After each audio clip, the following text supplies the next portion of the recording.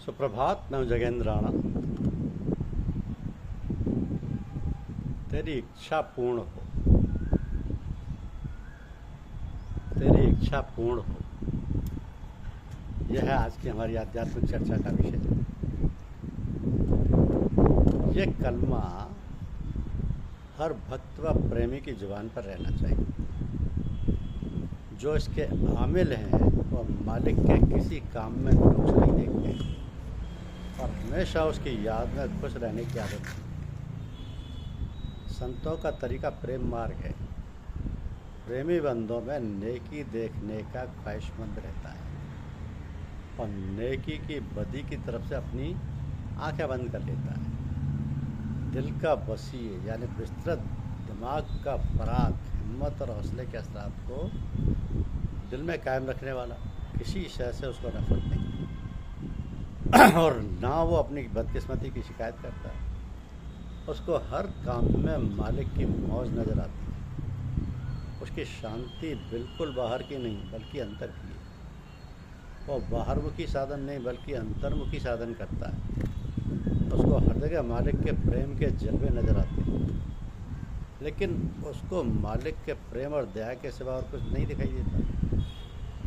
वो इस मिराज को हमेशा निगाह के सामने रखता है। जब मरकज़ की अपनी तरफ चित्त की वृत्ति को लगाता है तब वो सिवाय मालिक के और किसी चीज़ को नहीं जानता, ना वह किसी फ़ानी शय के लिए दुआ मांगता है।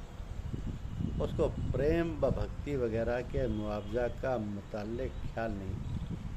वो जो दुआएं मांगता है वो भी इस नियत से नहीं कि उससे मालिक का भला होगा या उसकी खुशी का बास होगा। वह इस वजह से दुआ करता है कि उसकी वजह से वह उसके करीब जाता है। और जो मरकज़ के रोज़मर्रा करीब होता जाएगा उसको और क्या करना चाहिए।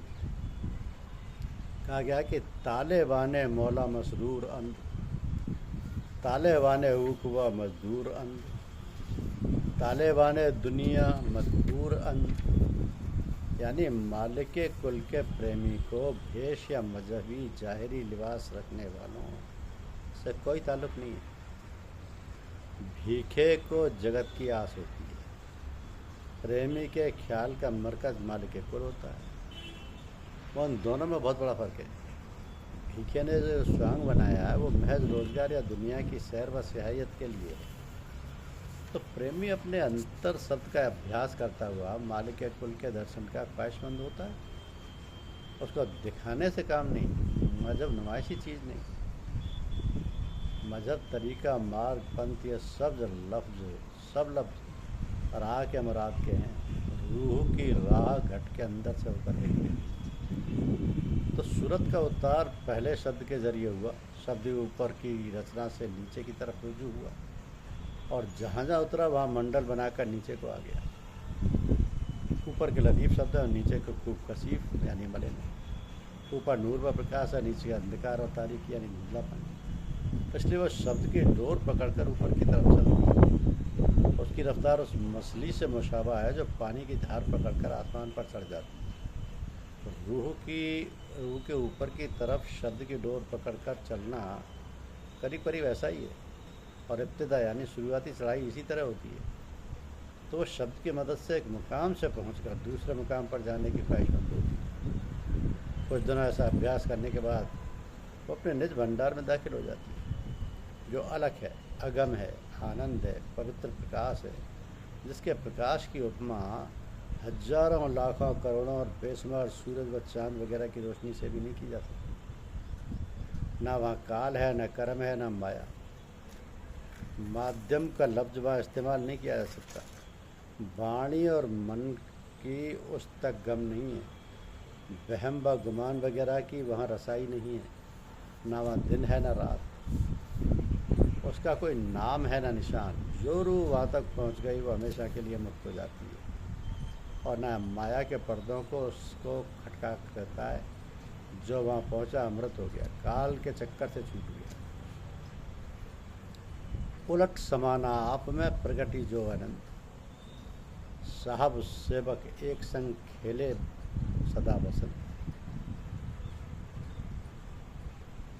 तो जो रूह इस तरह वासल हो गई वो इस तरह मस्त होकर खुशी के रंग में गाती है। हम वासी उस देश के जहाँ सत्पुरुष की आन, सुख दुख कोई व्यापे नहीं, सब दिन एक समान।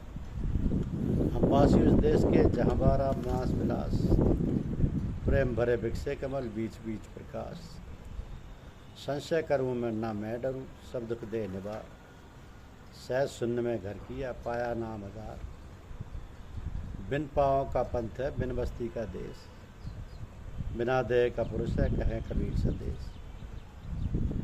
गो न गला पानी भया फिर ना भरे गौन, सूरत शब्द मेला भया काल रहा गे गौन। आ गया बंद कर दो, आ गया बंद कर दो। पंछी प्रेम प्रकाशिया जागी जोग अनंत, संशय छूटा भय मिटा मिला प्यारा कंत। पीर गई मुक्ता भया पाया नाम निवास,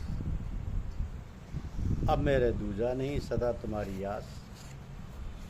लेख समाना अलख में आपा माही आप, सूरत समानी निरत में ऐजपा माही जाप। तो पवन नहीं पानी नहीं ना ही वहाँ आकाश, तहा कबीर संतजन साहब पास हवास। कहना था सो कह चुके अब कछु कहा न जाए, एक रहा दूजा गया वरना पाई, वरना ना ही समाए वरिया ना ही समाए। एक रहा दूजा गया वरिया ना ही समाए, यानी हर किस्म का सवाल वहाँ पैदा होता है जहाँ पहले शख्सियत के इकरार का सामान नजर आता है। जब तक शख्सियत कायम नहीं होती, ख्वाह जब तक शख्सियत और शख्सी हैसियत की मौजूदगी का इल्म नहीं होता, तब तक कोई सवाल नहीं किया जाता। जब लोगों को इस कदर समझ आ जाती है कि हम पुरुष हैं, उस वक्त फाहम का ये सवाल पैदा होता है कि अगर तुम पुरुष हो तो तुम्हारे अपने पुरुष का अर्थ क्या होता है। पुरुष के अर्थ को पुरुषार्थ कहते हैं। पुरुषार्थ आम फहम लफ्ज़ों में मकसद ही को कहते हैं। पुरुष की हस्ती का इल्म होते हुए सवाल पैदा होने लगता है कि अगर पुरुष है तो उसकी हस्ती का मकसद और उसकी मौजूदगी की मुराद क्या है, वह क्यों है और किस लिए है। यह एक सवाल है जो दुनिया में किया जाता है, और इस सवाल का जवाब और उसके हल की तमाम तफसीली मदारिन की वजाहत फ़लसफ़ा कहलाती है। तो फ़लसफ़ा की हद सिर्फ इतनी है, इसमें ज़मीन व आसमान, ईश्वर, जीव, प्रकृति, ब्रह्म, पार ब्रह्म, शब्द ब्रह्म सबका विचार आ जाता है। क्योंकि इंसानी ज़िंदगी के मकसद के इंकशाफ के सिलसिले में बहुत से ऐसे सवाल खुद ब खुद आ जाते हैं, और फितरतन उसकी फराहत यानी चतुरता की तरफ माहिर होना पड़ता है, और तबीयत बेसाख्ता चाहती है कि सरे मुअल्ले हल हो जाए, सारे मुअल्ले। ईश्वर क्या है, जीव क्या है, प्रकृति क्या है, ब्रह्म पर ब्रह्म वगैरह क्या है, ईश्वर और जीव के ताल्लुकात क्या हैं, जीव जीव के निस्बती रिश्ते क्या हैं, इधर जीव प्रकृति के आपस में संबंध क्या हैं। जब ये सारे मरहले तय हो जाते हैं, तब पुरुष आसानी से जान लेता है कि उसका परम पुरुषार्थ क्या है, और ज़िंदगी ने किस मसलहत से तरह तरह के ख्यालात इख्तियार किए। तो इस पुरुषार्थ के सवाल के मुतल्लिक जवाब दिए जाएं कि हर तरह से ज्ञान ही हासिल करना पुरुष का मकसद है। तमाम ऐब एवं नुक्स और दिल्ली आसमानी मुसीबतों से निजात पाना मकसद है। तमाम ऐब और नुक्स से दिल्ली और आसमानी मुसीबतों से निजात पाना मकसद है। ख्वाहिशों का पूरा होना मकसद है। बावजूद कि सब कुछ कहा गया, मगर सवाल जहाँ था वहीं रहा। पूछा गया कि ज्ञान क्यों कर हासिल करते हैं, हम क्यों शुद्ध हों, क्यों अपनी ख्वाहिशों की तकमील करें। इन सब बातों का जवाब तो आ गया, और वह जवाब एक लफ्ज़ में है कि वह लफ्ज़ सुख है। सुख की प्राप्ति और दुख की निवृत्ति परम पुरुषार्थ है। ये जवाब है, और यह आखिरी कतई तमाम संतों का फैसला है कि इंसान की सारी ख्वाहिशों के पर्दे में सुख हासिल करने का राज छुपा हुआ है। ईश्वर की बंदगी अपने सुख के लिए की जाती है, ब्रह्म का ज्ञान अपने सुख के लिए किया जाता है। अगर ये सुख ना हो तो कोई किसी तरह का काम ना करे। तो दुनिया को और दुनिया के रहने वालों को नज़र से देखो कि ये ब्रह्मांड क्यों चक्कर में है, क्यों प्राणी तरह तरह की कोशिशों में लगे हुए, और क्या इस कदर जद्दोजहद की जा रही है। जवाब वही है कि सुख की तलाश करें। इस सुख और सुख की ख्वाहिशों की 4 सूरतें कायम की: अर्थ, धर्म, काम, मोक्ष। तो किसी मकसद का हासिल करना अर्थ है। अर्थ के लफ्ज़ में दौलत, इज्जत सब आ जाते हैं। काम तरह तरह की हालत बदलने का नाम है, जो उस काम के स्वरूप को ना समझ कर उसके जाल में फंस गया। फिर उसको कुछ दिनों के वास्ते करा लो। काम होना चाहिए, काम की निंदा नहीं की जाती, मगर उसके साथ सलूक भी आता है योग्य। उसकी जो हैसियत है उसको उतनी हैसियत दी जाए। इस कदर काम के मतलब समझ लेना चाहिए कि दौलत वगैरह सब कुछ मिल गई मगर कुछ नहीं मिला।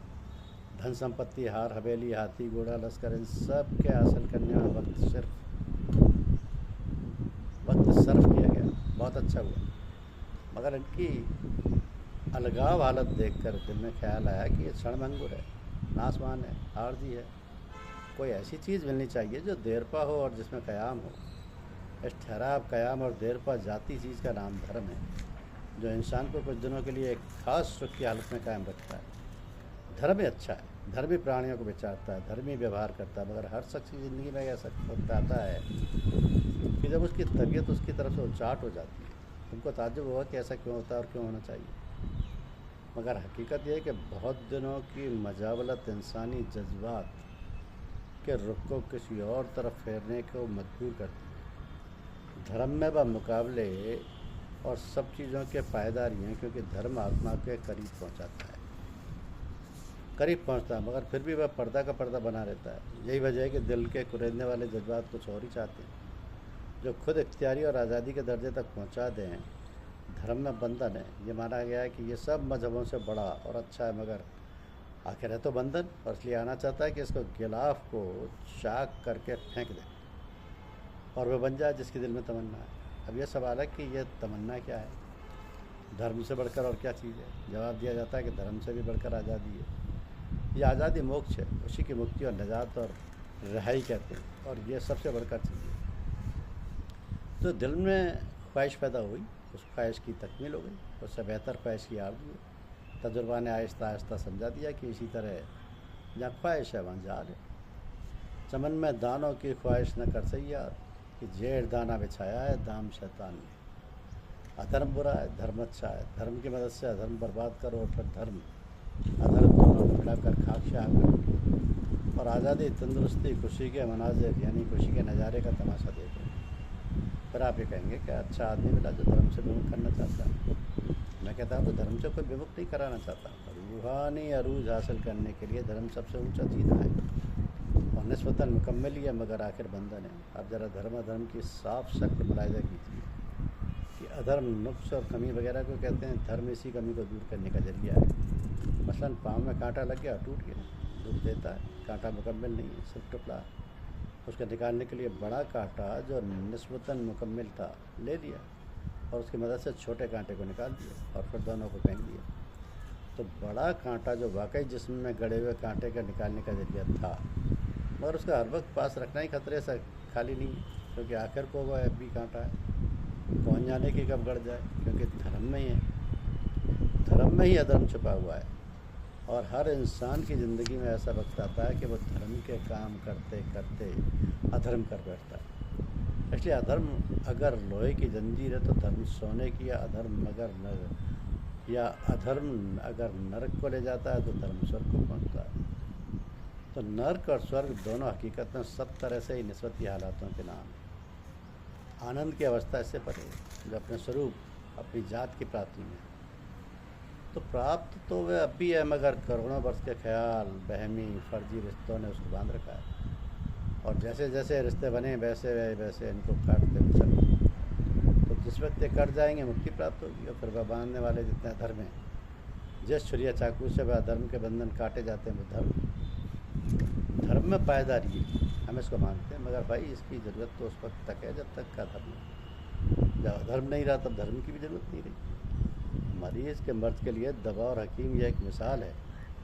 अगर अच्छा हो जाने के बाद भी दवा की शीशी हमेशा पास रखे तो खुद बीमारी है। एक दूसरा मर्ज है, श्री कृष्ण भगवान फरमाते हैं कि तुम सब धर्मों को छोड़कर मेरी शरण में आ जाओ, मैं अपना प्रेम दूंगा और तुमको सब पापों से आज़ाद कर दूंगा। ये मुक्ति है।